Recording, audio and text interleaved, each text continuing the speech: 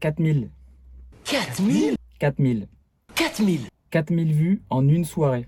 4000 Vous êtes des malades, hein, c'est le record historique de la chaîne. Donc merci beaucoup. J'étais déjà à fond sur le projet Twingo, vous l'avez vu, mais là je suis juste surboosté, vous kiffez. Donc on a fait un projet Datsun 240Z 911 1970 Cox 55 et vous êtes au taquet sur une Twingo verte de 1995. Changez rien, vous êtes géniaux. J'ai un abonné sur Instagram hier qui m'a contacté, qui m'a dit Ben, moi avoir 2 épaves dans mon jardin, toi venir chercher intérieur si tu veux. Il n'a pas dit vraiment comme ça, mais il est très tôt ce matin là. Je me suis levé à 7 heures pour venir. Alors c'est pas des Twingo première génération qu'il a, il m'a dit que c'était les mêmes panneaux à l'arrière, donc on va voir ce qu'on peut faire. Et il m'a dit que voilà, c'était gratuit, donc c'est mon mot préféré. Allez, je me remets en route, on y va. Je sais pas si je vais filmer chez lui, hein, mais au pire des cas, on se retrouve tout de suite avec le butin.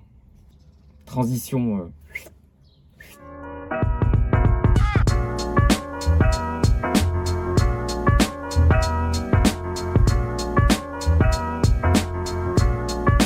Je crois que je suis au bon endroit.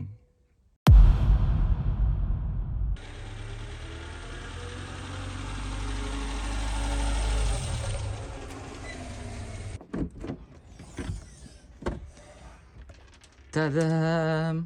Je m'excuse pour le son un petit peu haché, j'ai oublié le micro. Je suis vraiment à cave. Alors voilà le butin de la matinée. Alors il y a des pannes arrière. J'en ai 2 paires. Là derrière, vous voyez ici, j'ai des seuils de porte. J'ai des joints de porte. J'ai les dessus des panneaux aussi, je les ai en double. J'ai un autoradio aussi, c'est un autoradio de Twingo 1 phase 2. Mais ça fera très bien l'affaire en attendant que je trouve celui que je cherche. Encore mille merci à Mika qui m'a donné toutes ces pièces, qui m'a reçu chez lui et qui a même tout démonté. Mille merci à toi encore une fois. Là je vais tout ranger tranquille. On rentre à la maison et puis je vous montre les enjoliveurs et on va s'y mettre tout de suite, immédiatement.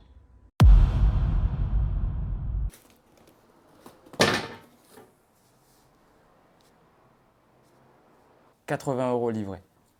J'aurais jamais pensé mettre cette somme-là dans 4 enjoliveurs en plastique à restaurer. Alors vous voulez sûrement un unboxing, je l'ai déjà fait, mais sans vous. Alors je l'ai déjà fait sans vous parce que j'ai eu peur qu'il y ait de la casse, j'avoue. Mais tout va bien, il n'y en a pas eu. Alors je vais pas vous les faire défiler, hein. Je vous en prends un, ça c'est un arrière. On reconnaît par rapport à la poussière de frein. Vous pouvez vous en douter. Voilà, celui-là c'est le plus abîmé. J'ai aussi reçu le sticker Twingo pour la malle arrière. Alors ça, je l'ai pris chez Stick In. C'est pas sponsorisé, mais je vous le dis quand même si vous en cherchez. Celui-là, apparemment, il est hyper fidèle à l'origine. Je l'ai payé 5 € je crois, livré. Ça a l'air d'être de la super cam. Donc ça, ce sera le petit plaisir de fin de vidéo. Waouh! Alors, n'en déplaise à certains, je suis passé chez mon magasin préféré, chez Action. J'ai acheté quelques trucs pour rénover les enjoliveurs. Tout ça là, 29 €. Juste ça, ça m'aurait coûté 35 € chez Noroto. Alors il y a un truc que je voulais tester depuis longtemps, je le vois passer très souvent sur TikTok, c'est le nettoyant jante contaminant pour enlever les contaminants ferreux, là, mes couilles. Donc ça va nous permettre normalement d'enlever toute la poussière de frein qu'il y a sur les enjoliveurs. J'ai pris une petite brosse aussi, du scotch camouflage pour camoufler les pneus quand on refera les jantes, des éponges abrasives, ça c'est pour essuyer. J'ai pris une bombe de vernis aussi, une seule, alors que j'ai pris 3 bombes de peinture. Alors je vous explique pourquoi. Les plus perspicaces d'entre vous ont remarqué qu'il n'y a pas d'après et qu'il n'y a qu'une seule bombe de vernis pour 3 bombes de gris. J'ai fait la technique de Ultimate Making, la technique du rat. J'ai des bombes d'après qui traînent dans mon garage de 3 marques différentes et une autre marque encore pour le vernis. C'est tout ce qu'il ne faut pas faire. Mais j'allais pas payer des trucs que j'ai déjà, donc on va essayer de faire en sorte que ça fonctionne. Alors ce qu'on va faire, on va d'abord tester ça pour bien nettoyer les enjoliveurs avant de commencer à les poncer. On va en faire qu'un seul dans la vidéo parce que c'est le même principe pour les 4. Et ensuite on ira restaurer les jantes sur la voiture. Nettoyage. Bon, il est bien noir sa mère celui-là, hein. Bon, évidemment j'ai pas lu la notice. On va y aller à l'ancienne.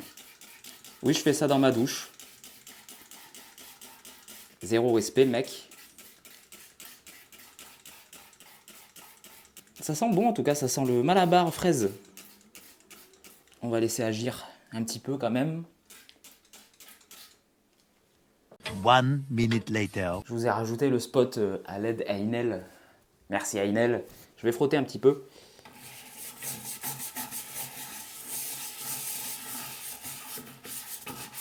Alors je sais pas du tout si c'est comme ça qu'il faut faire, hein.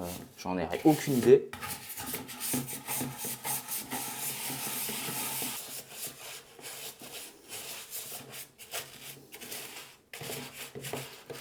Petit peu de crasse quand même, hein.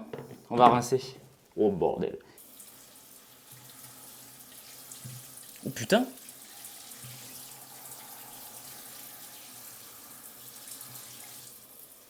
Ça marche de ouf. Je finis de nettoyer hors caméra et je vous montre le résultat dès que c'est fait.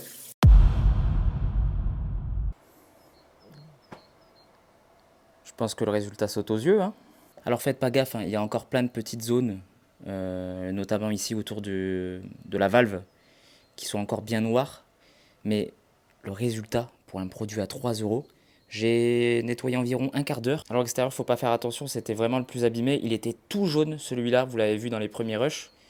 Donc je me suis pas attardé trop sur l'extérieur vu qu'il va être poncé, autant pas gaspiller du produit pour rien. Là ce qu'on va faire maintenant, on va commencer le ponçage de cet enjoliveur là. On va commencer par réduire toutes les grosses rayures qu'il y a. Vous voyez tout ça là, ils ont mangé des trottoirs, hein.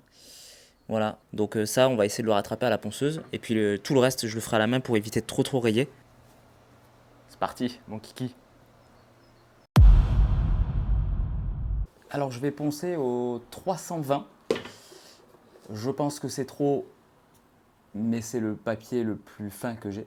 Et je remercie encore le sponsor de cette vidéo qui est Aynel. Dès que j'ai besoin d'un truc, je les appelle, ils me l'envoient. Aynel, merci beaucoup, vous régalez. Comme d'habitude, bah c'est parti. Tout ce que je déteste faire, quoi. Allez. Moi, c'est la première fois que je la teste, la ponceuse, hein, pour le coup. Évidemment, j'ai acheté des disques trop larges. Mais j'avais pas la ponceuse encore pour ma défense.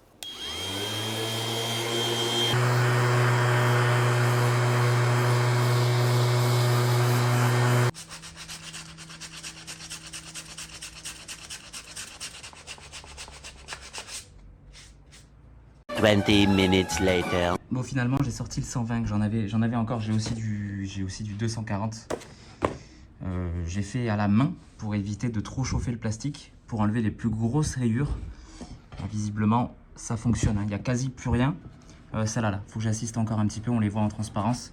Là, c'est très abrasif, hein. Là, le plastique, il prend vraiment cher. Donc ensuite, un petit coup au 240, un petit coup au 320 pour finir. Et puis on mettra un après garnissant qui remplit bien les trous, les fissures et tout. Je pense que ça va le faire.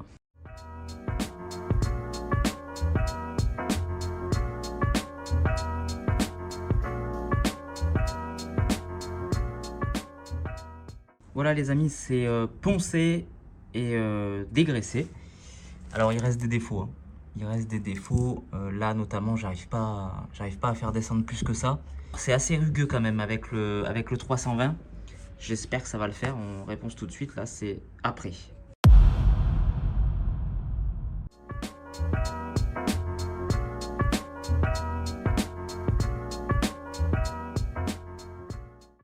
Voilà, l'après est posé. Désolé pour le contre-jour, j'ai dû pendre l'enjoliveur à la grille pour éviter que ce petit-là lèche la peinture.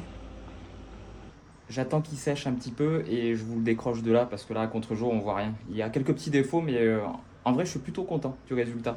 Je m'attendais à pire. Rien que l'idée de savoir que j'en ai 3 autres à faire, je préfère me passer les couilles dans un rotophile. Mais vu que je n'ai pas de rotophile, je vais devoir les faire. A few moments later. Voilà le résultat les amis, je l'ai essayé bien sécher comme il faut. Je vais éviter de le toucher quand même parce que j'ai les mains sales, j'étais en train de poncer le deuxième. Il y a quelques petits défauts, hein, évidemment. Je vais faire quelques petites reprises, notamment sur le bord là. Je sais pas si vous voyez bien là. Voilà, il y a quelques petits pics. Sinon je suis hyper content, il revient de loin lui, hein.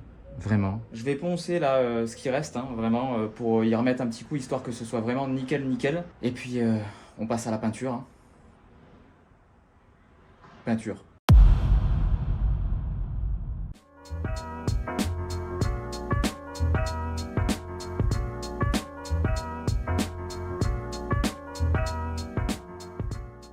Voilà les amis, c'est peint. Bon, il reste quelques petits défauts, hein. On en voit là. Il y a un petit point ici. Là, il y a un truc qui est tombé pendant que je peignais. Après, le reste, franchement, je suis hyper satisfait parce qu'il revient de loin, celui-là. Donc là, maintenant, c'est l'étape du vernis. Et le vernis, ce qui est marrant, c'est que c'est la première fois que je fais ça. Donc, il y a de fortes probabilités qu'il y ait un fail. Vernis.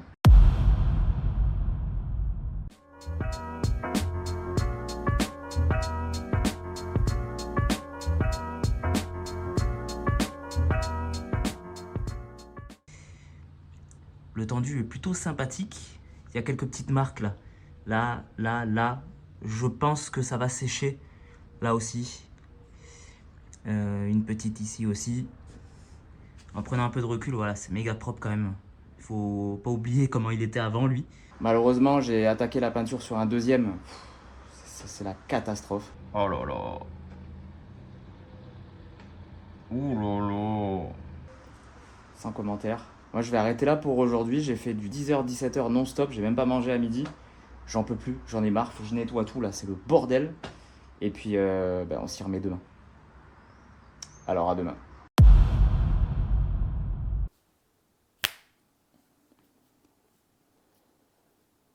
Alors, c'est pas parfait, mais je suis quand même assez content du résultat. 2 jours.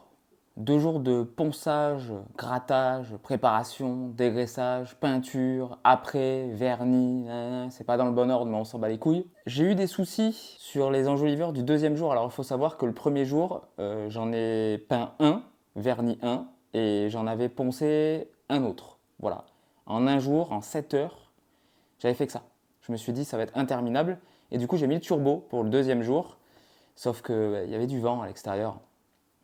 Alors, certains d'entre vous qui seront sûrement perspicaces, hein, j'avoue, vous auriez dû me dire « Ouais, Ben, t'aurais dû attendre qu'il n'y ait plus de vent. » J'ai un planning à respecter pour vous sortir les vidéos. Donc du coup, je ne peux pas me permettre d'attendre une semaine qu'il n'y ait plus de vent pour peindre ça.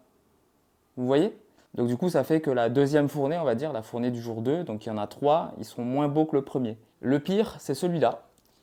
Alors peut-être que dans votre angle, il ne sera pas si moche que ça, mais je vous ferai un gros plan là. Il y a le vernis qui a fait frise la peinture dans le genre de renfoncement ici, alors que ils ont tous eu la même préparation, mis à part le vent qui a changé entre le jour 1 et le jour 2.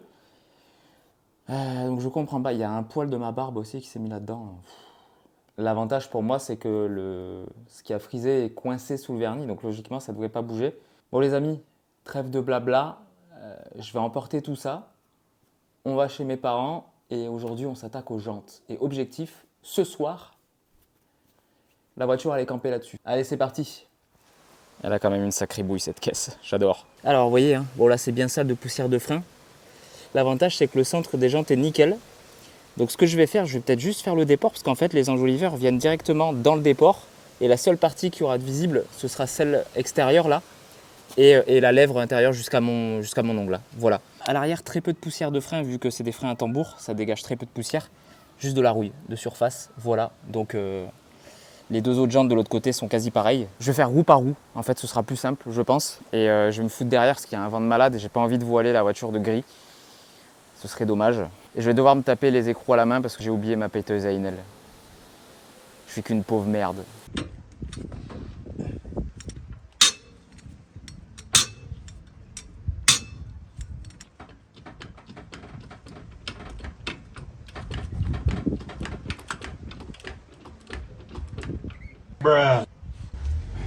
Comment c'est possible qu'en 2023, il y a encore des gens qui graissent les écrous de roue? Je vais tout nettoyer, tous ceux de la voiture pour éviter de perdre une roue, parce que là, c'est le meilleur moyen.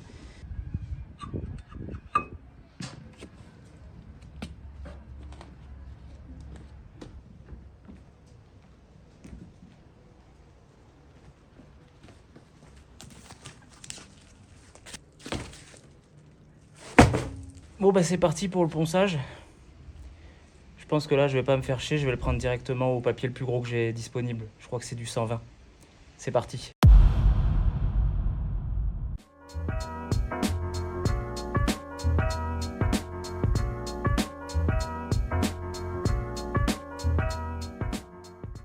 Et voilà les potes, c'est poncé. Alors je me suis pas trop emmerdé, j'ai tout pris au 120. La plupart des défauts sont partis. Il reste des trucs après comme ça là, c'est La jante elle s'est faite grignoter par la roue, donc ça je pourrais rien faire malheureusement. Donc là maintenant on va passer au camouflage de la roue. Et puis un petit coup d'après je pense, c'est un petit coup de peinture. Hein. C'est parti. Je voulais vous faire un plan, un timelapse stylé du camouflage, mais j'ai oublié d'appuyer sur le bouton. Donc on passe directement à la peinture.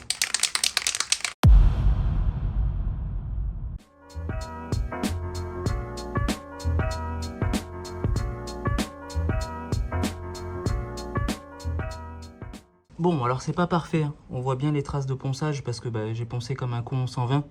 Mais la jante elle était tellement abîmée que il fallait que je fasse. En vrai j'aurais dû poncer avec d'autres grains plus bas ensuite pour éviter qu'on voit des traces. Mais comme je vous ai dit, c'est une partie qui sera pas visible.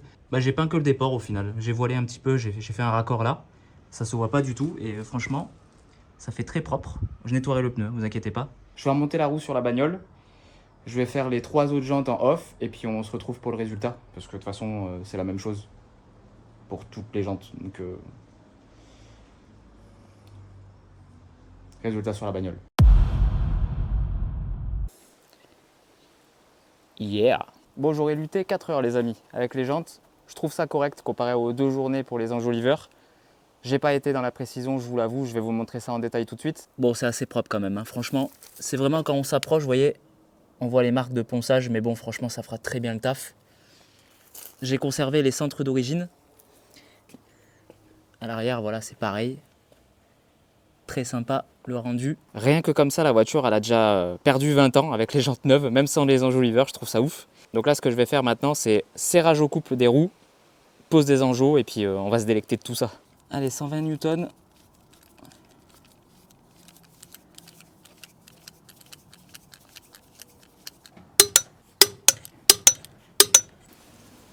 Trois jours d'effort, putain, pour ce moment-là.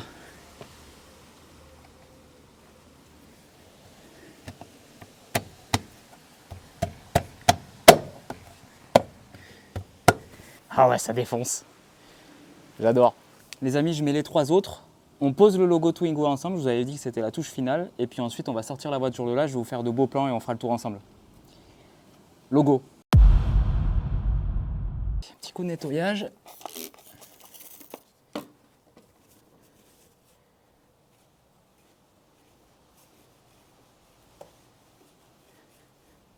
Je pense qu'on va le mettre au pif.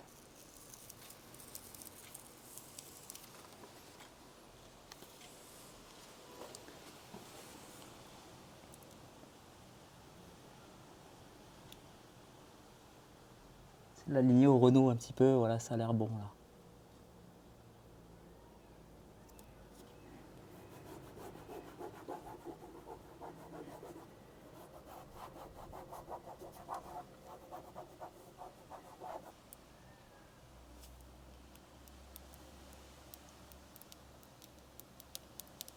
Oh yes.